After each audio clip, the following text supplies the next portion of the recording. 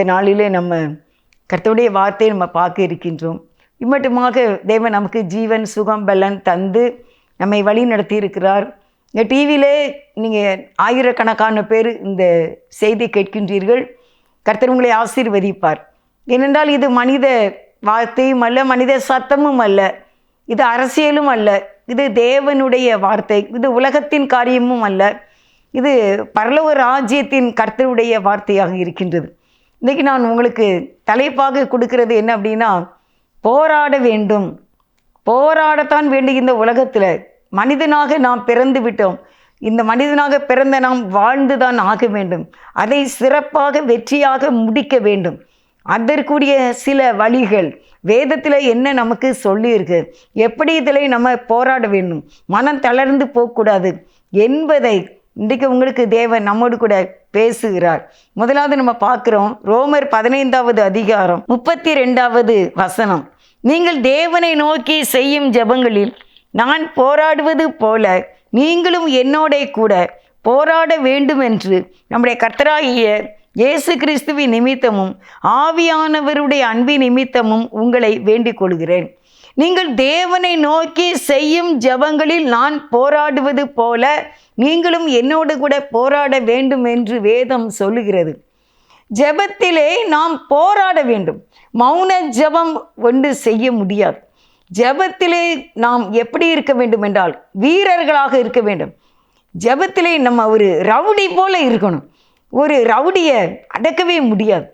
முன்னாலெல்லாம் எங்கள் தெருவில் ஒரு 25 ஆண்டுகளுக்கு முன்பாக அநேக வாலிபர்கள் தெருவிலே நின்று இந்த ஏப்ரல் மாதம் 1வது தேதியில் அவங்க ரோட்டில் போகிறவங்க வர்றவங்க மேலெல்லாம் முட்டையை வீசி, ஏன்னா அதுக்கு பிறகு மைய வீசி மஞ்சள் தண்ணியை வீசி இப்படியான கொடுமைப்படுத்துவாங்க. பையங்க வண்டியில் 2 வீலரில் வேகமாக போனாலும் ஒரு முட்டையை தூக்கி தலைவலியை அடித்து விட்டுருவாங்க.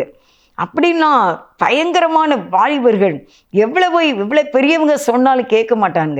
ஏப்ரல் மாதம் 1ஆம் தேதி இது முட்டாள் தினம் அப்படின்னு சொல்லிட்டு எல்லாரையும் முட்டாளை ஆக்குவேன் அப்படின்ட்டு அவன் என்ன செய்வாங்க, 5-6 பேர் கடந்து மேலே சட்டை போடாமல் அவனுக்குள்ளேயும் ஒருத்தனுக்கு ஒருத்தன் சாயத்தை பூசி, மேலெல்லாம் சாயத்தை பூசி தலையில் முட்டை தோடு அப்படியே பாதி உடஞ்சி இருக்கும். அப்படியே அது வடிஞ்சிக்கிட்டு இருக்கும். ஒருத்தனுக்கு மைய அப்படியே வடிஞ்சிக்கிட்டு இருக்கும். கன்றாவியான கோலமாக சட்டை போடாத வாலிபர்களாக தெருவில் ஒரு சனம் போக முடியாது. ஆண்களாக இருக்கட்டும் பெண்களாக இருக்கட்டும் அள்ளி அந்த சாயத்தை வீசுவார்கள், அந்த முட்டையை தூக்கி எறிவார்கள். யாருக்குமே அடங்க மாட்டார்கள். உறவினர் சொன்னாலும் சரி, பெற்றோர் என்று சொன்னாலும் சரி, பக்கத்து வீட்டுக்காரங்க சொன்னாலும் சரி, என் மேலே வீசிட்டேன்னு சண்டை போட்டாலும் சரி, அவன் செய்கிறது அவன் செய்துக்கிட்டு தான் இருந்தான். நான் தேவன் ஒரு நாள் மாற்றினார். அருமையானவர்களே, அவனை அடக்க முடியவில்லை. இதே போல நம்முடைய வாழ்க்கையில் நாம் காரியங்களிலே நாம் ஜெபத்திலே இதே மாதிரி போராட வேண்டும் என்று கர்த்தர் விரும்புகிறார். நீங்கள் ஜெபிக்க ஆரம்பித்தால் உங்களை யாருமே அடக்க முடியாது. அடக்க முடியாத ஒரு ஜெபம், யாரும் உங்கள்கிட்ட வந்து பேச முடியாது. அந்த அளவுக்கான தேவனோடு கூட போராடக்கூடிய ஜெபத்தை அன்றைக்கு பவுல் அவர்கள் செய்திருக்கிறார்கள். இவர் சொல்றார், நான் தேவனை நோக்கி செய்யும் ஜெபங்களில் நான் போராடுவது போல நீங்களும் என்னோட கூட போராட வேண்டும். அதனால அவங்க அப்படி ஜெபத்தில் போராடினதுனால அவங்க மேலே ஒரு தனிப்பட்ட அபிஷேகம் இருந்தது. அவங்களுடைய உருமால் இடுப்பில் கட்டுற கயிறை கொண்டு ஒரு வியாதிஸ்தன் மேல் போட்டால் உடனே அவன் சுகமாகி விட்டான். அவர்கள் நிழல் பட்டு சுகமானார்கள். அவங்க பேதுரு, பவுல், யோவான் ஐயா அவர்கள் நடந்து போய்கொண்டு இருக்கும்போது சந்தைகளிலே மார்க்கெட் வழியாக அவர்கள் போகும்போது வியாதிஸ்தரை கொண்டு கட்டில்ல கீழே துணியை விரித்து கொண்டு கடத்துவாங்களாமா. அப்போ அந்த அவர்களுடைய நிழல் பட்ட உடனே இவர்கள் எத்தனை ஆண்டுகள் பிறவியாகவே சப்பானியாக சுகவீனமாக பல வியாதினால ஊனமுற்றவங்களாக இருந்தாலும் இந்த பரிசுத்தவான்களுடைய நிழல் படும் பொழுது அவர்கள் எழுந்து விடுவார்களாம், அவர்கள் சுகமாகி விடுவார்களாம். அப்போஸ்தலர் நடவடிக்கைகளில் எழுதப்பட்டிருக்கிறது. இன்றைக்கு தேவனுடைய பிள்ளைகளாக விசேஷமாக ஊழியம் செய்கிற நாம் இப்படிப்பட்ட பவுல் ஐயா அவர்களைப் போல போராட வேண்டும் என்று தேவன் ஒரு தாகத்தை எனக்கு கொடுத்தார். ஏன் நீங்க நடக்கும்போது இப்படி நடக்க மாட்டேங்கு? நீங்க ஜெபிக்கும் போது எதுக்கு அற்புதம் அதிகமாக நடக்க மாட்டேங்கு? உங்களுடைய கைக்குடைய ஒரு வியாதிஸ்தர் மேல் போட்டால் எதுக்கு சுகமாக மாட்டேங்கு? நீங்க தலையில கை வச்சு ஜெபிக்கும் போது ஏன் அவனுக்குள்ள இருக்கிற பிசாசு வெளியே போக மாட்டேங்க? அப்படின்னு சொல்லுது பேய். நாட் அலவுடு, கெட் அவுட் அப்படின்னா சரி, நான் போக மாட்டேன், நான் இத்தனை வருஷம் இருந்துட்டேன், போக மாட்டேன்னு பிசாசு சொல்லுது. அப்படியானால் தேவனுடைய பிள்ளைகளாக நாம் ஜெபத்திலே பவுலை போல போராட வேண்டும். போராடி அந்த பெரிய அபிஷேகத்தை நாம் பெற்றுக்கொள்ள வேண்டும். எலியா பெற்ற அபிஷேகம், எலிசா பெற்ற அபிஷேகம், யெகூ மேல ஊற்றப்பட்ட அபிஷேகம், ராஜாக்களை அபிஷேகம் பண்ணக்கூடிய அந்த மனிதர்களாக அவர்கள் காணப்பட்டார்கள். அவர்கள் ஜெபத்திலே போராடினார்கள். இன்றைக்கு அப்படிப்பட்டதான கண்ணீரோடு ஊக்கமான ஜெபம் மிக குறைவாக இருக்கிறது. ஆண்டவர் எலியாட்ட சொன்னது போல ஒருவேளை ஒரு 7000 பேர் இருக்கலாம். இந்த இந்தியாவிலேயே 142 கோடி ஜனங்கள் இருக்கின்றார்கள். ஒரு 7000 பேர் ஜெபித்தா எப்படி? 100 கோடி ஜெபிக்க வேண்டுமே. உங்களுக்கு ஜெபிப்பதற்கு நேரம் இல்லை. எங்கே நம்ம போராட, சண்டை செய்கிறதுக்கு போராடுவாங்க, மற்றவங்களை கெடுத்து பேசுறதுக்கு போராடுவாங்க, விளையாடுறதுக்கு போராடுவாங்க, செல்லு பார்ப்பாங்கல்ல, செல்லு எடுத்து பார்த்துக்கிட்டே இருப்பாங்க, செல்லை பார்த்துக்கிட்டு நோண்டிக்கிட்டே இருப்பாங்க. அது எவ்வளோ நேரம்னாலும் கையும் வலிக்காது, தலையும் வலிக்காது.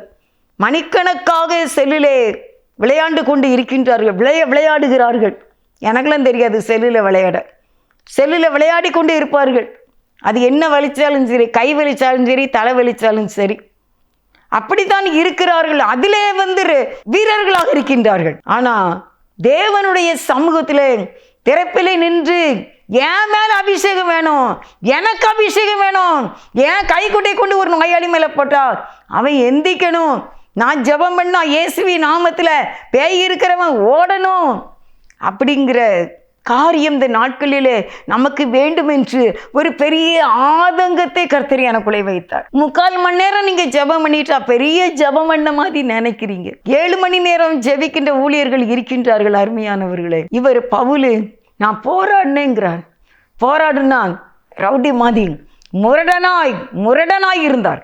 எபிரேயர் 11 அதிகாரத்தில் நீங்க பார்க்கின்ற ஒவ்வொரு விசுவாசிகளும் அவர்கள் எல்லாம் முரட்டு பக்தர்களாக இருந்தார்கள், முரட்டு விசுவாசிகளாக இருந்தார்கள், முரட்டை ஜெபிக்கிறவர்களாக இருந்தார்கள். எலியா என்பவர் எவ்வளவு வயதானாலும் அவர் தன்னுடைய தலையை முழங்காலில் வைத்து அப்படியாய் குனிந்து அவர் ஜெபித்தார் என்று எழுதப்பட்டிருக்கிறது. நம்முடைய ஜெப வாழ்க்கை அதிக குறைவு மக்களே. நீங்கள் இந்த நாளில் இந்த செய்தியை கேட்கிற, நீங்கள் டிவியில் கேட்குறவங்க, யூடியூப்பில் கேட்குறவங்க, உடனே நீங்கள் ஜெபிக்க வேண்டும். நான் ஒரு நாளைக்கு இவ்வளவு நேரம் நான் ஜெபத்திலே போராடுவேன் என்று சொல்ல வேண்டும். 2 கொரிந்தியர் 7வது அதிகாரத்தில் 5வது வசனத்தில் சொல்கிறாரு பவுல், வெளியே போராட்டங்களும் உள்ளே பயங்களும் இருந்தன. எங்களுக்கு வெளியே எப்போ எங்களை அடிப்பாங்க, எப்போ எங்களை கொல்லுவாங்க, எங்களுக்கு என்ன நடக்கும்னு தெரியாது. வெளியே நாங்கள் போக முடியாத அளவுக்கு எங்களுக்கு போராட்டம் இருந்தது. இயேசு கிறிஸ்துவுக்கு நாங்கள் ஊழியக்காரனாக இருந்ததுனால. ஆனால் உள்ள என்ன இருந்துச்சு தெரியுமா? பயம் இருந்தது. எப்போ எங்களை பிடிப்பாங்க, எப்போ எங்களை அடிப்பாங்க, எங்களை எப்போ கொல்லுவாங்கன்னு எனக்கு தெரியாது. நான் நினைப்பேன், நான் இப்படி ஒரு நினப்பு இருக்கும். இப்போ நம்மளை கிறிஸ்துவுக்காக என்னை அடிக்காங்கன்னு வச்சுக்கோங்க. என்னை அடிக்கிறார்கள், பெரும்பால் அடிக்கிறார்கள், மண்டையில் அடிக்கிறார்கள், கையில் அடிக்கிறார்கள்.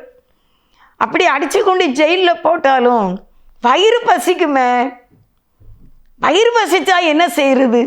இப்போ 8:30 மணிக்கு காலையில் வழக்கமாக சாப்பிட்றோம், 9 மணி ஆகியும் சாப்பாடு ரெடி ஆகலை நமக்கு. இல்லை நம்ம தூங்கிட்டோம், இல்லை நம்ம வெளியே போயிட்டோம், ஏதோ வேலையாக போயிட்டோம், இல்லை நீங்கள் ஒரு ஊருக்கு போகிறீங்க, 8:30க்கு சாப்பிடுவீங்க, ட்ராவலில் இருக்கீங்க, சாப்பிட முடியலை. இந்த வயிற்றுக்குள்ளே என்னமா வரும்னு தெரியுமா? ஐயோ, சாப்பிடாதனால வயிற்றுக்குள்ளே திருவிக்கிட்டு வருமே, எதுவும் செய்ய முடியாது, மைண்டு வேறு எதுக்குமே போகாது.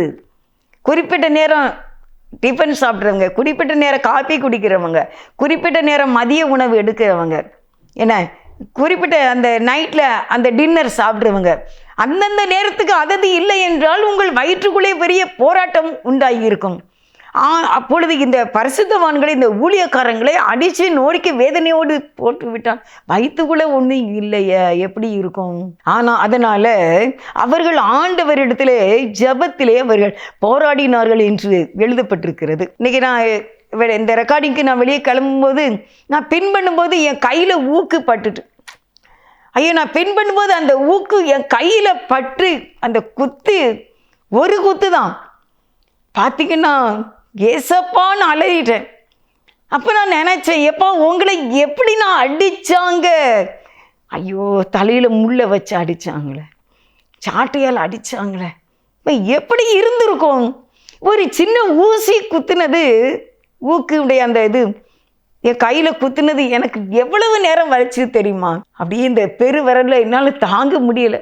நான் கிளம்பிக்கிட்டு இருக்கேன், எனக்கு இத்தனை டைமுக்குள்ளே வந்துருங்கன்னு சொல்லியிருக்காங்க. கிளம்புறேன், நான் இதுக்கு என்ன ஆயில்மெண்ட்டை இப்போ போட? இப்போ நான் நினச்சேன், இயேசுவானவரையும் நினச்சேன், இந்த ஊழியக்காரங்களை நினச்சேன், சீடர்களை எல்லாம் அடித்து கொண்டார்களே, அவங்களாம் எப்படி இருந்தாங்க? ஆனால் இயேசுவை மறுதளிக்கவில்லையே. ஏனென்றால் அவர்களுடைய இதயமானது இறைவனை நோக்கி வாழ்ந்து கொண்டு இருந்தது, இயேசுவோடு வாழ்ந்து கொண்டு இருந்தது. 33 வருஷம் அவரோடு இருந்தாலும் அந்த வாழ்க்கை மறக்க முடியாத வாழ்க்கையாக இருந்தது. நாம் இன்றைக்கு எத்தனை ஆண்டுகளாக இயேசுவோடு வாழ்ந்து கொண்டு இருக்கின்றோம்.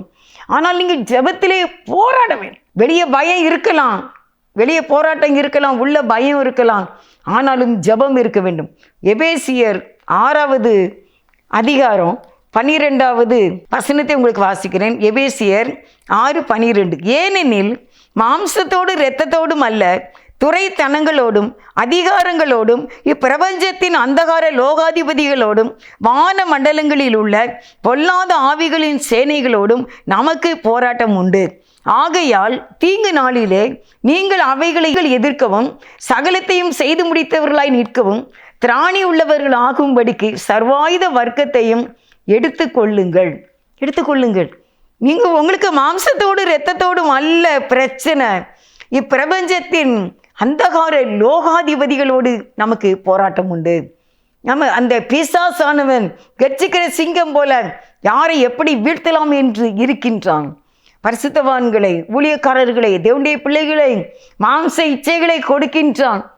அநேக பாவங்களிலே அநேகர் குடிக்கிறார்கள், சிகரெட்டு ஊதுறார்கள், கஞ்சா ஊதுறாங்க, விவசாயம் பண்ணிடுறாங்க, தவறுகளை செய்து விடுகின்றார்கள். பண ஆசை வந்து விடுகின்றது, பதவி ஆசை வந்து விடுகின்றது, புகழ் வந்து விடுகின்றது. இதுகளுக்கெல்லாம் நீங்கள் அடிமை நம்ம பட்டாச்சுன்னா எப்படி நம்மளுடைய உருமால்களோ நம்முடைய கைக்கொட்டையோ ஒரு வியாதிஸ்தனை குணமாக்கும். அன்றைக்கு பவுலுக்கு மாலை போட வந்தாங்க பூஜாரிகள் எல்லாரும் சேர்ந்து, மெர்க்குரியே இங்கே வந்துட்டுப்பா, ஒரு கிரகமே இங்கே வந்துட்டுருப்பா, ப்ளூட்டோ அப்படி நிறைய இருக்கலாம், அதில் இந்த மெர்க்குரி இங்கே வந்துட்டுருப்பா அப்படின்னு சொல்லி மாலைகளை கொண்டு போட்டு ஆராதிக்க போனாங்க. ஏன்னா அவர் சொன்னார், தன்னுடைய வஸ்திரத்தை கிழித்து கொண்டு சொன்னார், நான் மனிதன் என்று சொன்னார். ஆனால் இன்றைக்கு பதவி ஆசையும் பண ஆசையும் புகழ் ஆசையோடு தான் ஜனங்கள் வாழ்கிறதை நாம் பார்க்கின்றோம். நாம் விலகுவோம் அதில் இருந்து. நாம் ஜெபத்திலே தேவனுடைய ஜனங்களுக்காய், மக்களுக்காய், வாலிபர்களுக்காய் நாம் ஜெபிக்க வேண்டும். என்னெல்லாமோ டிவியில் கேள்விப்படுறாங்க. எங்கள் வீட்டில் டிவி இல்லை, அதனால் எனக்கு நிறைய செய்திகள் தெரிய மாட்டாங்க. எங்களுடைய பிள்ளைகள் தான் சொல்கிறாங்க, ஏதோ 807 பேரை காணுமா டெல்லியில், அப்புறம் சின்ன வயசு பிள்ளைங்களெல்லாம் கற்பழிக்கிறாங்க, கொலை பண்ணுறாங்க, கணவன் மனைவிக்குள்ளே இருக்கிற ஒரே சகோதரன் 3 திருமணம் செய்கின்றான். எப்படி செய்கின்றான்? எப்படி அந்த பிள்ளைகளுக்கும் அறிவு என்பது இல்லையா இந்த சமுதாயத்தில்?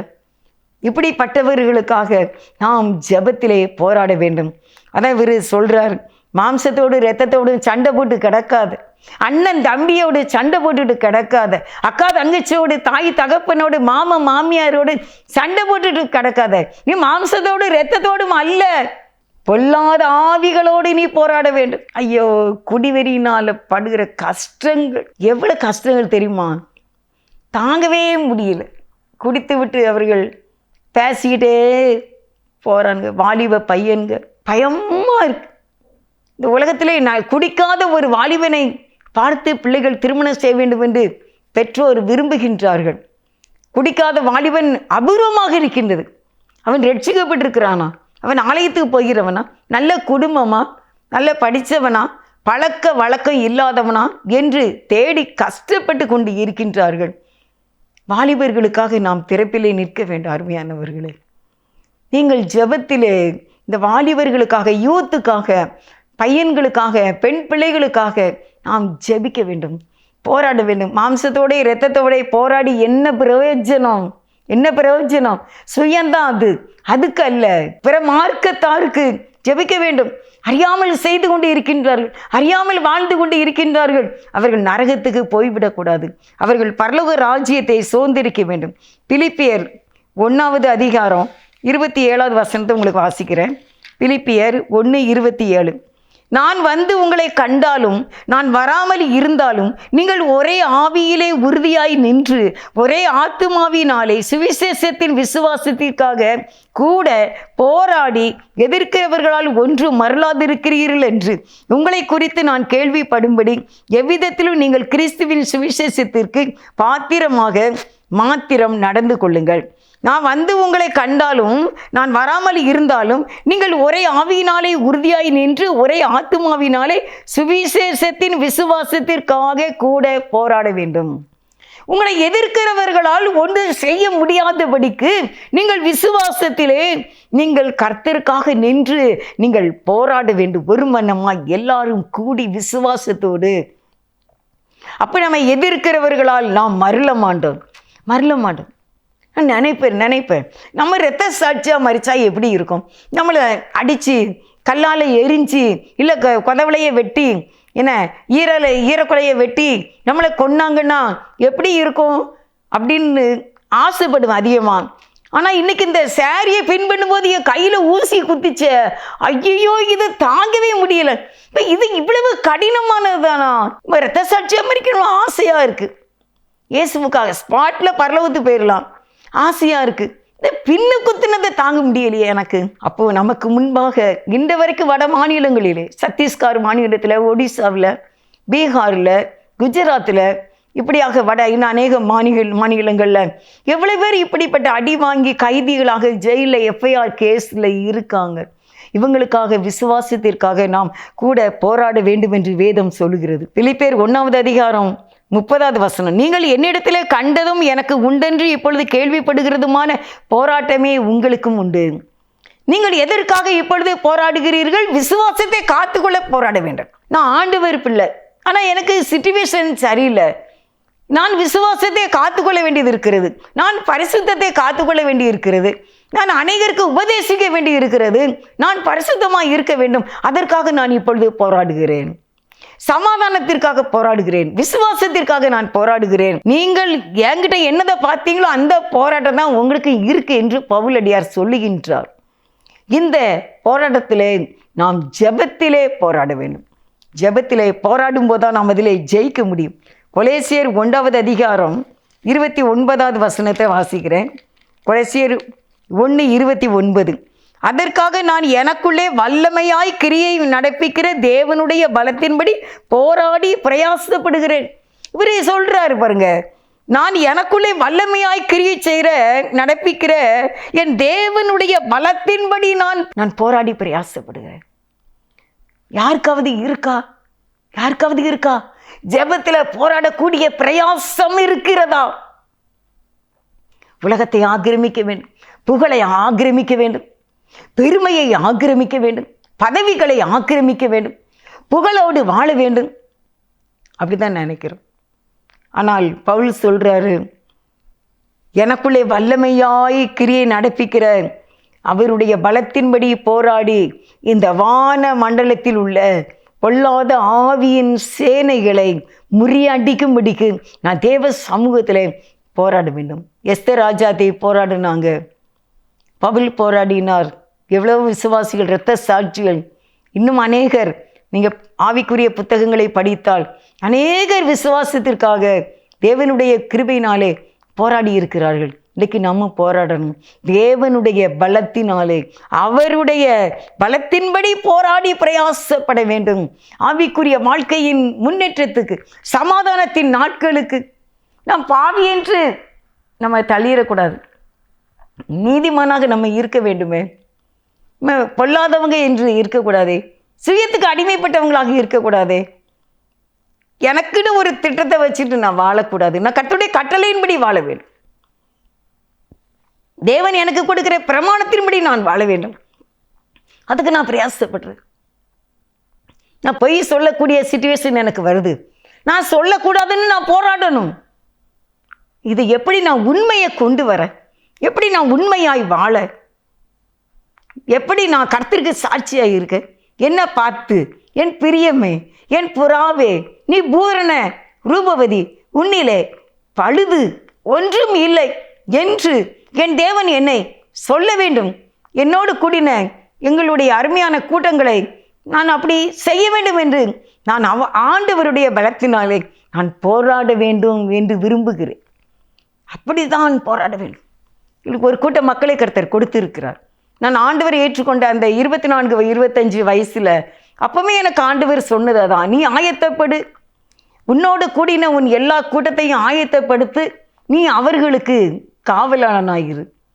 நீ ஆயத்தப்படு, நீ சரியாகு, பிறகு ஆயத்தப்படுத்து. திருப்பி நீ என்ன செய்யணும்? ஆயத்தப்படுத்தியாச்சா, இப்போ நீ காவலாளியாக இருக்கணும். எதிரி உள்ள வந்துடக்கூடாது. சபைக்குள்ள ஓநாய்கள் வந்து விடக்கூடாது. ஆடுகளை, ஆத்துமாக்களை திருடக்கூடிய காரியங்கள் சபையிலே நடந்துவிடக்கூடாது. அவர்களுக்கு நாம் காவலனாக இருக்க வேண்டும். நம்முடைய சபையின் மக்கள் காப்பாற்றப்பட வேண்டும். அவர்கள் ஆசீர்வதிக்கப்பட வேண்டும். அவர்கள் தரித்திரராக இருக்கக்கூடாது. அகால மரணங்கள் ஏற்பட்டு விடக்கூடாது. நோய் நொடிகளில் கஷ்டப்படக்கூடாது. அதான் ஆண்டவர் சொல்றார், நீ ஆயத்தப்படு, உன் கூடின எல்லா கூட்டத்தையும் நீ ஆயத்தப்படுத்து, நீ அவர்களுக்கு காவலனாக இருக்க வேண்டும். நீங்கள் ஒரு சபையை கவனிக்கிற ஒரு பெரிய தலைவராக இருக்கலாம். நீங்கள் உங்கள் சபைக்காக காவலாளனாய் இருக்க வேண்டும். அப்படித்தான் நான் போராடுகிறேன், ஆண்டவருடைய பலத்தின்படி நான் போராடுகிறேன் என்று சொல்லுகின்றார். நம்ம ட்ரை பண்ண ஆண்டவரோடு கூட நாம் இப்படிப்பட்ட காரியத்தில் போராடி ஜெபிப்பதற்கு ட்ரை பண்ணணும். காரியம் நம்மை சந்தித்தாலும் அவர் எந்த சூழ்நிலையிலையும் தேவனுடைய பலத்தினாலே போராடி பிரயாசப்பட வேண்டும்.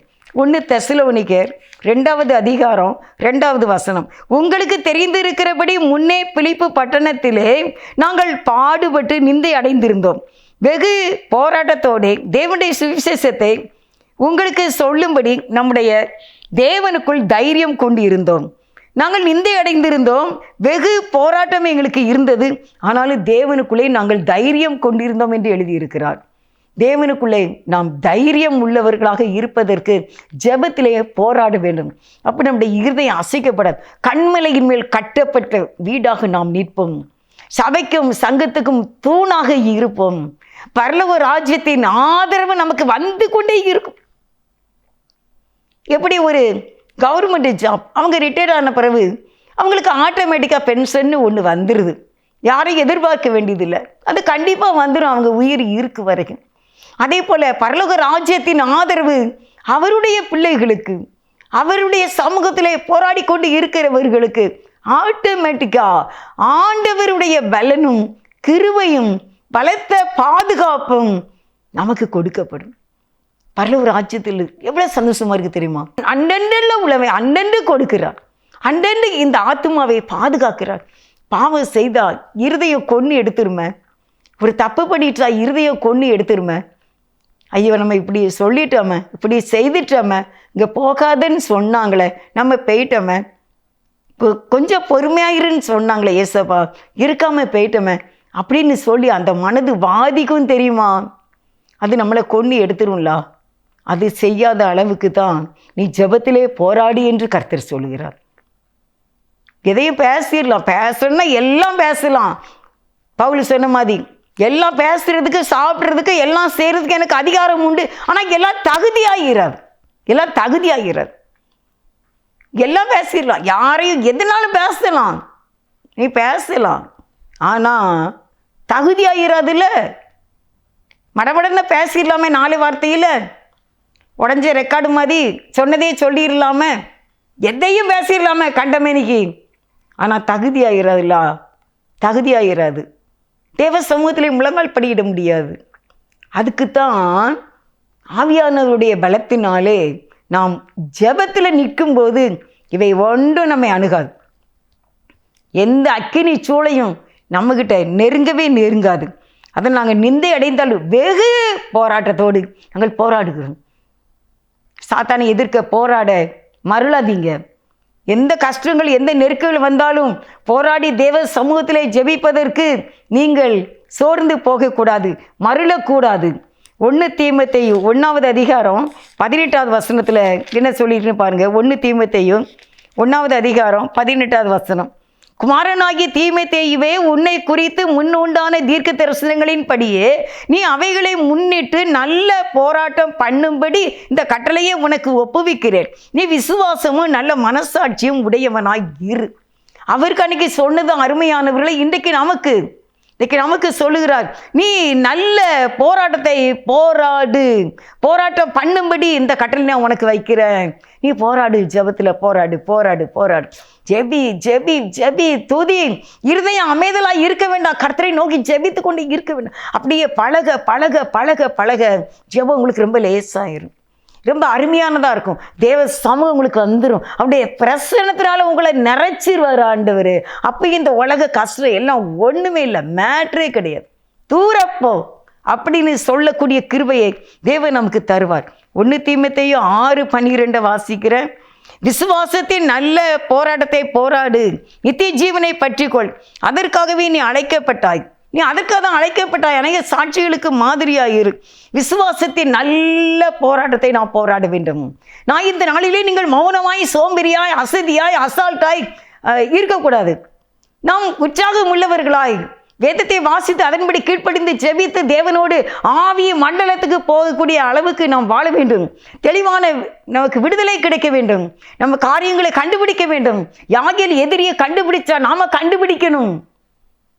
சிம்சோன் கண்டுபிடிக்க முடியல, தெளிலால் மடியில் கிடக்கிறப்ப கண்டுபிடிக்க முடியாம தன்னுடைய அபிஷேகத்தை இழந்தாரு. நம்ம அப்படி இருக்கக்கூடாது.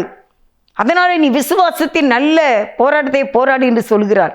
2 தீமோத்தேயுல சொல்றாரு, நல்ல போராட்டத்தை போராடி ஓட்டத்தை முடித்தேன், விசுவாசத்தை காத்து கொண்டேன். எபிரெயர் 12:4 போராடுகிறதில் ரத்தம் சிந்துற அளவுக்கு நீங்கள் போராடவில்லையே. யூதாவில் போராடினால் வெற்றி பிளஸ் ஆசீர்வாதம், மகிமை, தேவ சித்தம் செய்தல் எல்லாம் அடங்கும். சாத்தான் நம் காலின் கீழே. அருமையானவர்களே, இந்த நாளில் நீங்கள் மௌனமாக இருக்கிற ஒரு காலம் அல்ல, தேவ சமூகத்தில் அதிகமாக போராடி ஜெபிக்கக்கூடிய ஒரு காலத்திலே நாம் இருக்கின்றோம் என்பதை இன்றைக்கு தேவன் நமக்கு சொல்கிறார். வசனத்தை கடைசியாக வாசி முடிக்க, யூதா 3வது வசனம். பிரியமானவர்களே, பொதுவான ரட்சிப்பை குறித்து உங்களுக்கு எழுதும்படி நான் மிகவும் கருத்துள்ளவனாய் இருக்கையில் பரிசுத்தவான்களுக்கு ஒரு விசை ஒப்புவிக்கப்பட்ட விசுவாசத்திற்காக நீங்கள் தைரியமாய் போராட வேண்டும் என்று உங்களுக்கு எழுதி உணர்த்துவது எனக்கு அவசியமாய் இருந்தது. ஒரே ஒரு விசை ஒப்புவிக்கப்பட்ட விசுவாசத்தை காத்துக்கொள்வதற்கு நாம் தைரியமாய் போராடவே. அது 70 வயசானாலும் பரவாயில்ல, 80 ஆனாலும் பரவாயில்ல, நீங்க 100 வயசுக்கு இருந்தாலும் விசுவாசத்தை காத்துக்கொள்ள தைரியமாய் போராட நாம் பழக்கி வைக்கப்பட வேண்டும். ஆண்டவருடைய பலத்தினால் அவர் நமக்கு உதவி செய்வார். தேவன் உதவி செய்வார். ஏசப்பா உதவி செய்வாங்க. நாம் நல்ல போராட்டத்தை போராடி ஓட்டத்தை முடித்து விசுவாசத்தை காத்துக்கொள்வோம். அவருக்காய் ஜீவிப்போம், அவருக்காய் வாழ்வோம், போராடுவோம். போராடு, தொடர்ந்து போராடு. நேசிக்கிற நல்ல பிதாவே, மே துதிக்கிற எங்களோடு பேசின உடைய நல்ல வார்த்தைகளுக்காக நன்றி செலுத்துகிறோப்பா. நாங்கள் இந்த உலகத்தில் சாத்தானை எதிர்த்து, பொல்லாத ஆவியை எதிர்த்து, பாவங்களை எதிர்த்து போராடி ஜெயித்து தகப்பனை நாங்கள் ஆண்டவரே வெற்றி வாகை சூட எங்களுக்கு உதவி செய்ய வேண்டும் என்று இயேசுவின் நாமத்தில் வேண்டிக் கொள்கின்றேன். ஜீவனுள்ள நல்ல பிதாவே, ஆமீன். யாருமே தைரியத்தை இழந்தே போகக்கூடாதுப்பா. விசுவாசத்தோடு முன்னேறி செல்ல கிருபை செய்ய இயேசுவின் நாமத்தில் பிதாவே, ஆமீன். God bless you.